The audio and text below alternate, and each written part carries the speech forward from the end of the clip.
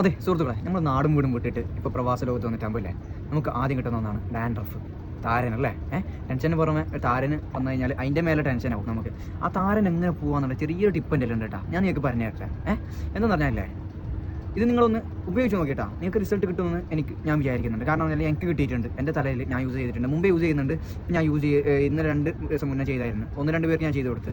അപ്പോൾ ഞങ്ങൾക്ക് റിസൾട്ട് കിട്ടിയിട്ടുണ്ട്. അതുകൊണ്ടാണ് ഞാൻ പറയുന്നത്. എന്താണെന്നറിയോ, ചെറുപയർ നല്ല കഴുകിയിട്ട് നമ്മൾ മില്ലിലവൻറ്റ് കൊണ്ടുപോയിട്ട് പൊടിക്കാം. അല്ലെങ്കിൽ പൊടിപ്പിച്ച് നല്ല ചെറുപയർ കിട്ടുന്നുണ്ടെങ്കിൽ ചെറുപയർ എടുക്കുക. പിന്നെ തൈര് ഉണ്ടാവുമല്ലോ, നല്ല അല്ലെങ്കിൽ റവാബിയുടെ തൈര് ഉണ്ടാവും. നല്ല കട്ട തൈര് എടുത്തിട്ട് നല്ലോണം മിക്സ് ചെയ്യാം.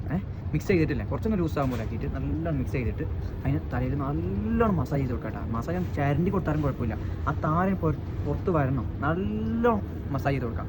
മസാജ് ചെയ്ത് കൊടുത്ത ശേഷമല്ലേ ഒരു 5-10 മിനിറ്റ് തലയിൽ വെച്ചോളിങ്ങൾ. പിന്നെ ചീർപ്പുണ്ടാവുമല്ലോ, ആ 2 സൈഡ് വരുന്ന ചെറിയ മുള്ളുള്ള ചീർപ്പുണ്ടാവും, ഗ്യാപ്പില്ലാത്ത ചീപ്പ് കിട്ടും.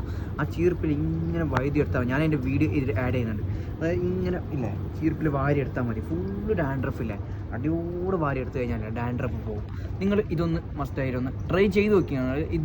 ഇതുവരെ ഇല്ലേ നിങ്ങളെല്ലാം ട്രൈ ചെയ്തിട്ടുണ്ടെങ്കിൽ ഇത് ലാസ്റ്റ് ഈ ഒരു ഐഡിയ നിങ്ങൾ ലാസ്റ്റ് ഒന്നില്ലേ ട്രൈ ചെയ്ത് നോക്കി, എന്തായാലും ഇല്ലേ നിങ്ങൾക്ക് റിസൾട്ട് ഉണ്ടാവും. എന്തായാലും മുത്തോണിയാണ് നിങ്ങൾ ഉപയോഗിച്ച് നോക്കിയിട്ട് നിങ്ങൾ ഇത് എന്തായാലും വേറെ സൈഡ് എഫക്റ്റ് ഒന്നും ഉണ്ടാവില്ല. കാരണം എന്താ പറഞ്ഞാൽ നമ്മുടെ തൈര് വരുന്നത്, പിന്നെ ചെറുപയർ, 2 നാടൻ രീതിയിലുള്ള ഇതാണ്. അപ്പോൾ എന്തായാലും നിങ്ങൾ കുറേ ഡാൻഡ്രഫിനുള്ള മരുന്ന് എടുത്തിട്ടൊന്നും കുറേ സമയം കളയണ്ട. ഇതൊന്ന് ഉപയോഗിച്ച് നോക്കിയിട്ട് എനിക്ക് റിസൾട്ട് കിട്ടുകൊണ്ടാണ് ഞാൻ പറയുന്നത്. അപ്പോൾ എന്തായാലും നിങ്ങൾ ഉപയോഗിച്ച ശേഷം ഒന്ന് കമൻറ്റിലായി അറിയിക്കണം. എന്തായാലും റിസൾട്ട് നല്ലതാണോ ചീത്തയാണെങ്കിലും, എന്തായാലും നെഗറ്റീവ് ആണെങ്കിലും പോസിറ്റീവ് ആണെങ്കിലും ഒന്ന് അറിയിക്കണം കേട്ടോ. Okay, by.